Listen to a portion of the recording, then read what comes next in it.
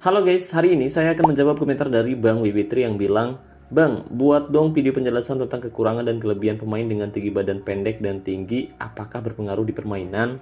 Nah, katanya gitu guys, dan jujur ini pertanyaan yang daging banget guys.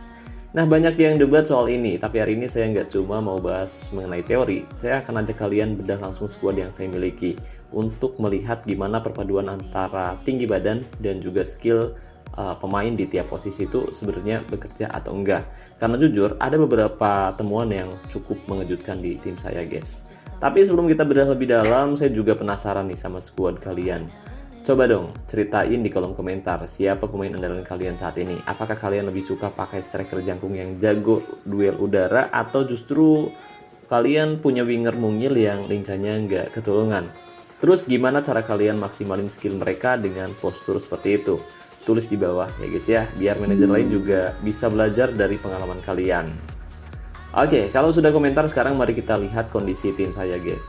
Seperti yang kalian lihat, saya menggunakan skema formasi 4-2-3-1, dan jujur di sini saya tidak menempatkan pemain dengan postur yang cukup tinggi. Bahkan coba lihat striker saya guys, tingginya cuma 178 cm. Ya secara logika harusnya dia bakal sering kalah sih pas duel udara ketika menghadapi back-back raksasa lawan.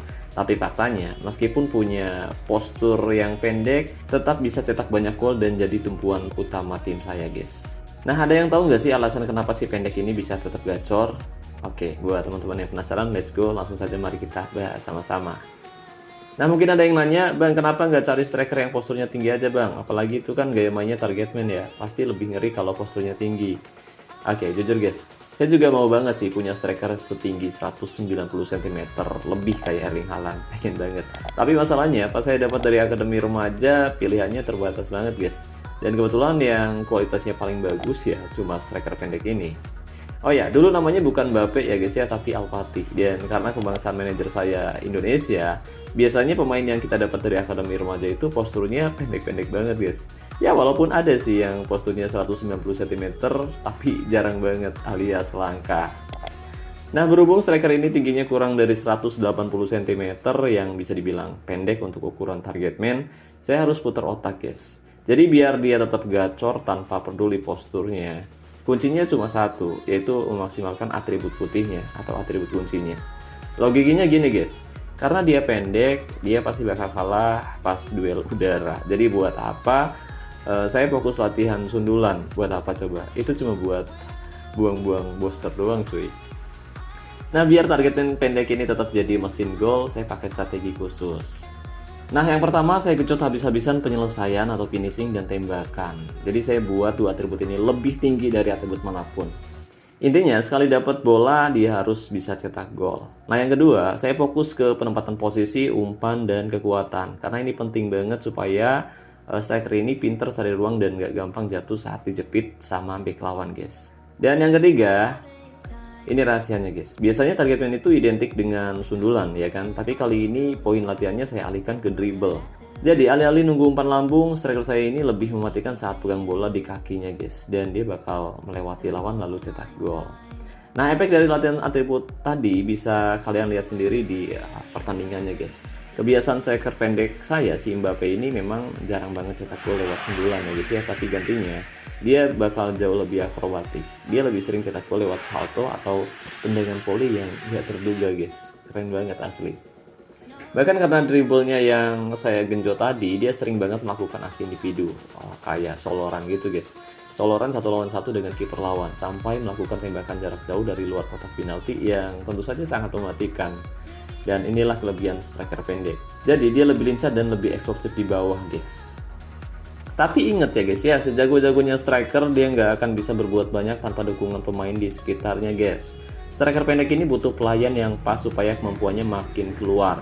Nah, sekarang kita lanjut bahas, gimana sih cara saya mengatur pemain pendukung lainnya agar si striker pendek ini makin gacor dan jadi mesin gol yang tak terhentikan di formasi 4-2-3-1 ini guys. Nah, biar si Kylian Mbappe ini makin gacor, striker target man itu bakal bagus banget kalau diduetkan dengan winger tradisional. Nah, di sisi kanan atau di posisi AMR, saya menempatkan Ousmane Dembele. Ya, si Dembele ini posturnya juga nggak terlalu tinggi guys, cuma 172 cm. Tapi untuk sekelas pemain sayap yang sering main melebar, menurut saya postur itu nggak terlalu ngaruh sih. Kenapa? Karena gaya main Wenger itu cenderung jadi pelayan. Tugas utamanya bukan duel fisik, tapi main melebar, melakukan dribble, dan memberikan umpan crossing yang akurat buat striker target main kita. Supaya dia bisa kasih umpan matang, saya fokus melatih Dembele agar punya atribut dribble dan tentu saja umpan silang yang sangat tinggi. Tentu didukung dengan kecepatan dan atribut lainnya supaya dia lebih efektif saat menyisir pinggir lapangan ya guys ya. Jadi meskipun posturnya mungil, umpan-umpannya itu manja banget buat diselesaikan sama striker kita guys. Tapi ingat, kombinasi dua pemain aja nggak cukup untuk menguasai pertandingan. Kita harus punya kombinasi pemain dengan skill yang berbeda di posisi lain supaya tim kita seimbang secara serangan maupun secara pertahanan guys. Sekarang mari kita lihat siapa lagi kepingan puzzle yang saya pasang di formasi ini supaya skemanya makin paten. Nah, masalahnya kadang striker kita ditekan habis-habisan kan sama bek raksasa lawan sampai performanya menurun. Untuk mengatasi hal itu, kita butuh penyerang kedua yang bisa muncul dari posisi tak terduga. Nah, di sisi kiri atau AML, saya menempatkan pemain dengan gaya main inside forward.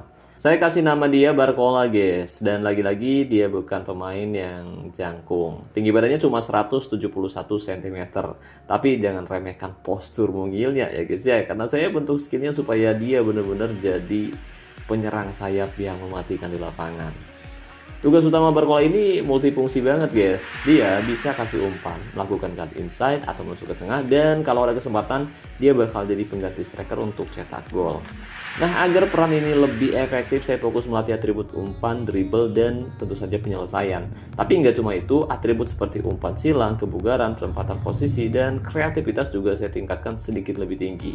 Dan hasilnya, si Barcola ini jadi pemain yang sangat lincah dan sulit banget buat dijaga. Karena dia punya visi bermain sekaligus insting gol yang tajam banget. Dengan adanya Mbappe di depan, Dembele di kanan, dan Barcola di kiri, lini serang saya sudah punya kombinasi yang lengkap banget. Tapi apakah tiga pemain ini sudah cukup untuk memenangkan pertandingan? Jawabannya tentu saja masih kurang, masih belum cukup. Karena sehebat apapun lini serang, mereka butuh pelayan dari lini tengah dan tembok kokoh di lini belakang agar bola bisa mengalir sampai ke depan. Dan sekarang mari kita lihat kepingan penting lainnya di lini tengah. Nah, di belakang striker, saya menempatkan sosok jenderal lapangan tengah di posisi ANC dengan gaya main Engance. Dia saya beri peran ganda sebagai playmaker murni sekaligus penyerang pelapis dari lini tengah. Berbeda dengan trio lini serang tadi, pemain ini punya postur yang sangat ideal di angka 187 cm. Nah, dengan tinggi segini, dia punya keunggulan fisik yang tidak dimiliki oleh Mbappe maupun Barcola guys. Biar perannya sebagai ngance makin efektif, saya latih dia agar dia punya atribut umpan dan juga penyelesaian yang tentu saja sangat mematikan. Mirip seperti inside forward tadi guys. Dan saya juga genjot atribut penempatan posisi, dribble, tembakan, dan juga kreativitas. Tapi ada satu perbedaan besar. Karena posturnya yang cukup tinggi, saya tidak menyanyiakan kelebihan fisiknya.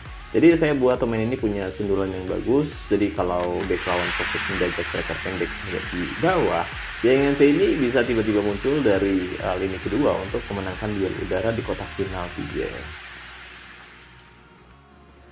Oke, kombinasi lini serang ini memang terlihat ngeri banget ya guys ya. Tapi apakah sudah cukup? Jawabannya masih belum guys. Karena sehebat apapun serangan kita, tim kita akan gampang hancur kalau lini tengahnya bolong.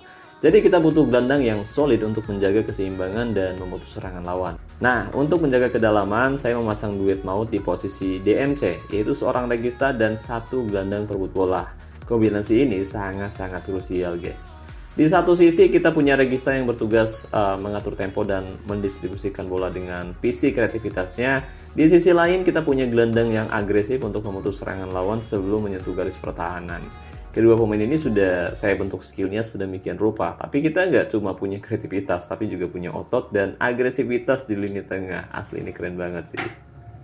Nah, lini serang sudah ngeri, lini tengah sudah solid. Sekarang muncul pertanyaan besar. Gimana dengan lini belakang bang? Apakah back dengan postur pendek atau jangkung itu sangat berpengaruh di permainan? Karena jujur, di sinilah biasanya kesalahan kecil bisa berakibat fatal. So, mari kita bahas. Di tim saya, pemilihan back juga mengikuti filosofi yang sama guys. Tapi pertanyaannya, apakah saya tetap setia dengan pemain pendek yang lincah, atau kali ini saya harus menyerah dan mencari bek raksasa demi keamanan gawang kita? Mari kita bongkar rahasia pertahanan tim saya, guys. Sekarang kita bahas barisan belakang. Untuk posisi bek tengah atau DC, menurut saya pribadi, minimal kita harus punya satu pemain dengan postur ideal atau cukup tinggi. Nah, di tim saya ada William Saliba dengan tinggi 188 cm. Kenapa harus tinggi? Karena disinilah duel udara paling sering terjadi. Jadi biar makin kokoh, saya fokus melatih atribut kekuatan, penempatan posisi, dan tentu saja sundulan. Logikanya, kalau ketiga atribut Saliba ini lebih tinggi dari striker lawan, kemungkinan besar tim kita tuh bakal sering menang. Lalu gimana dengan bek sayap, Bang? Nah, kalau di sini menurut saya lebih bebas sih, mau pendek atau tinggi nggak masalah. Kalian tinggal sesuaikan aja dengan gaya main. Kalau misal pakai wingback, kalian bisa fokus ke atribut umpan silang dan kecepatan biar serangan dari sayap makin tajam. Tapi kalau misal kalian pakai fullback, fokus ke atribut bertahan itu bakal jauh lebih efektif, guys. Nah, terakhir soal kiper. Ada yang nanya, Bang, idealnya kiper punya tinggi badan berapa? Idealnya memang punya tinggi 180 cm ke atas, guys. Karena saya pernah punya pengalaman pakai kiper raksasa setinggi 200 cm atau 2 meteran. Tapi jujur hasilnya menurut saya kurang maksimal buat saya, guys. Jadi sekarang saya lebih pilih kiper dengan postur yang ideal aja sih. Pokoknya 180, 190. Pokoknya di bawah 200 lah. Yang penting skillnya kita sesuaikan dengan gaya main biar atributnya makin bagus. Dan tentu saja refleks serta kemampuannya biar lebih efektif ya, guys ya.